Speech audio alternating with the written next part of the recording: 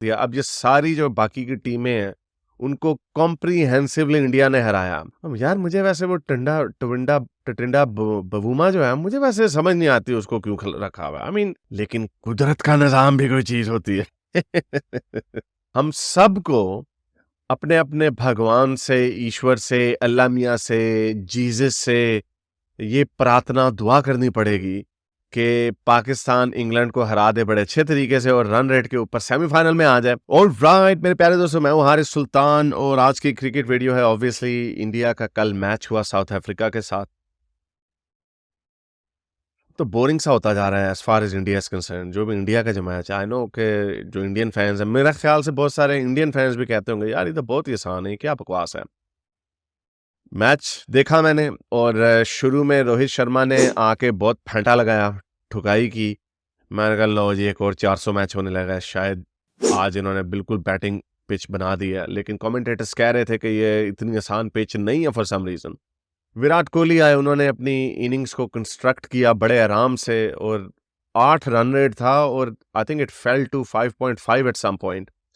लेकिन वो लगे रहे आहिस्ता आहिस्ता खेलते रहे अपनी, जिस तरह वो खेलते हैं। उन्होंने वो पैनिक नहीं हुए और वो इनिंग को साथ साथ लेके जाते रहे और फिर एंड में जाहिर शम्सी को अच्छा खेला उन्होंने, हालांकि Shamsi was looking very threatening और महाराज को भी अच्छा खेला।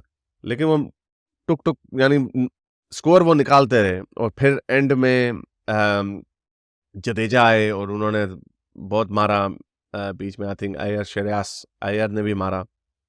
लेकिन ऑब्वियसली बहुत सारे लोग ये कहते होते हैं यार ये सेंचुरी के लिए खेल रहे हो आप या क्या सेल्फिश इनिंग्स है। लेकिन इट शोज कि अगर आप इवन अराउंड राना बॉल या just under run a ball century बनाएं तो और बाकी के जो प्लेयर्स हैं आपके इर्द गिर्द खेलें तो you can post a total, you can even go anywhere between 350 to 400।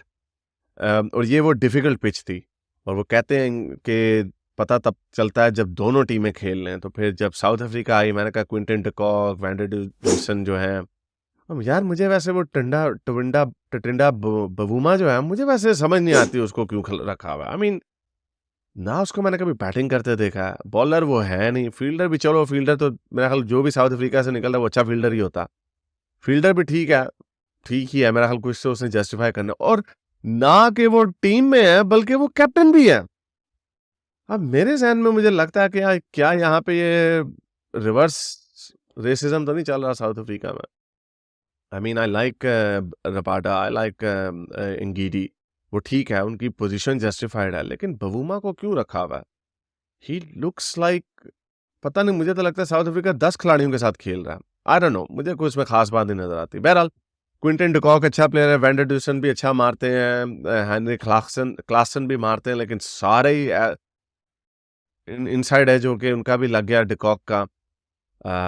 लेकिन बड़ा डोमिनेट किया इंडिया ने, इतने आसानी से उनको हरा दिया। अब ये सारी जो बाकी की टीमें हैं उनको कॉम्प्रीहेंसिवली इंडिया ने हराया।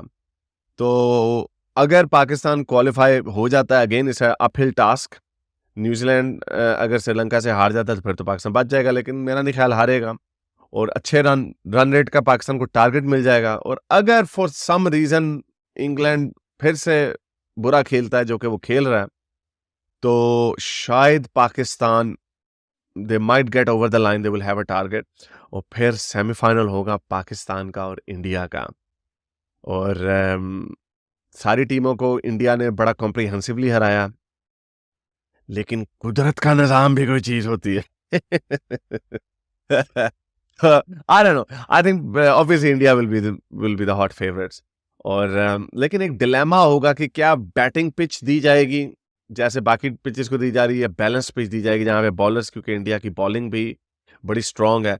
और अगेन इंडिया की बॉलिंग स्ट्रांग है तो पाकिस्तान की जो बॉलिंग है through out the world cup I think it's been horrible और मेरा ख्याल से ओवरनाइट रिकवरी भी नहीं आएगी। लेकिन वसीम ने अच्छी बॉलिंग कराई है, शाहीन अफरीदी की पेस वापस आ रही है। मैंने देखा वो 140 पे बॉलिंग अब कराना शुरू कर गए। शुरू में वर्ल्ड कप के 130 132 पे बड़ी मुश्किल से उनकी पेस जा रही थी। So I think that would be an interesting match. और अगर दहूश हमारे फ़खर साहब जो हैं, फ़खर ज़मान साहब, अगर उनका वो जिन जो है आ गया तो फिर I think it could be an interesting match. It would either be an interesting match जिस तरह 2017 का चैंपियंस ट्रॉफी का मैच था या वो T20 का वर्ल्ड कप था 2019 का, या उस तरह का अपसेट हो सकता है इंडिया के खिलाफ, और या फिर नहीं होगा obviously, because India is consistently playing really well, और लॉ ऑफ एवरेजेस भी कोई चीज़ होती है। So I don't know, I think कोई भी चीज़ फॉर ग्रांटेड हम नहीं ले सकते इस वर्ल्ड कप में। हमने बड़ी चीज़ें देखी हैं, बड़े बड़े बुर्ज उलटते हुए देखे हैं, लेकिन इंडिया एक वाहिद बुर्ज है जो अभी तक नहीं उल्टा, लेकिन शायद वो भी उलट सकता, who knows. But for that, first of all, हम सबको अपने अपने भगवान से, ईश्वर से, अल्लाह मियाँ से, जीसस से ये प्रार्थना दुआ करनी पड़ेगी कि पाकिस्तान इंग्लैंड को हरा दे बड़े अच्छे तरीके से और रन रेट के ऊपर सेमीफाइनल में आ जाए, और फिर हमें एक बड़ा मजे का सेमीफाइनल देखने को मिले। तो वो दिन जो होगा मेरा ख्याल बड़ा मजे का होगा। I think everyone will enjoy this. और पता नहीं सेमीफाइनल होगा किधर, पता फिर से अहमदाबाद नरेंद्र मोदी स्टेडियम में ना हो जाए कहीं। I think that's going to be very interesting. लेकिन मजा आ रहा है। लेकिन ये कल का मैच फिर बोरिंग था। जो मेरा ख्याल, आई थिंक इस वर्ल्ड कप का जो सबसे अच्छा मैच था वो ऑस्ट्रेलिया और न्यूजीलैंड का था। उम्मीद ये कर रहा था मैं कि शायद साउथ अफ्रीका और इंडिया का भी वैसा ही मैच होगा, लेकिन वैसा नहीं हुआ। So let's see. तो एनीवे, अब कोई बड़े बोरिंग किस्म के मैच हैं। अफगानिस्तान का ऑस्ट्रेलिया के साथ मैच है, ऑस्ट्रेलिया का बांग्लादेश के साथ मैच है, इंग्लैंड का नेदरलैंड्स के साथ मैच है, डेड रबर है, न्यूजीलैंड का श्रीलंका के साथ मैच है। उसकी ओनली इंपॉर्टेंस यही है कि न्यूजीलैंड श्रीलंका से कितने मार्जिन से जीतता है। वो ऑलरेडी उनकी नोज इन फ्रंट है because of their run rate. और अफगानिस्तान के साउथ अफ्रीका के साथ match, I think these two could be actually very interesting as well. Let's just say again, easy answer तो यही है कि नहीं अफगानिस्तान उड़ जाएगा। लेकिन अगर अफगानिस्तान ऑस्ट्रेलिया को अपसेट कर देता, लेट्स जस्ट से इट्स पॉसिबल, और फिर साउथ अफ्रीका को भी अपसेट कर देता, तो फिर वो भी कंटेंडर बन जाता है सेमीफाइनल के लिए। So I think that could be a very interesting development as well, although highly unlikely. लेकिन पाकिस्तान का इंग्लैंड के साथ मैच है, and then of course the last match is India versus Netherland, so that's going to be a boring match as well, pretty one sided match as well. So बस एक ही interesting development है कि New Zealand और श्रीलंका के साथ क्या होता है, और पाकिस्तान और इंग्लैंड के साथ क्या होता है। आई think that's the only interesting development left.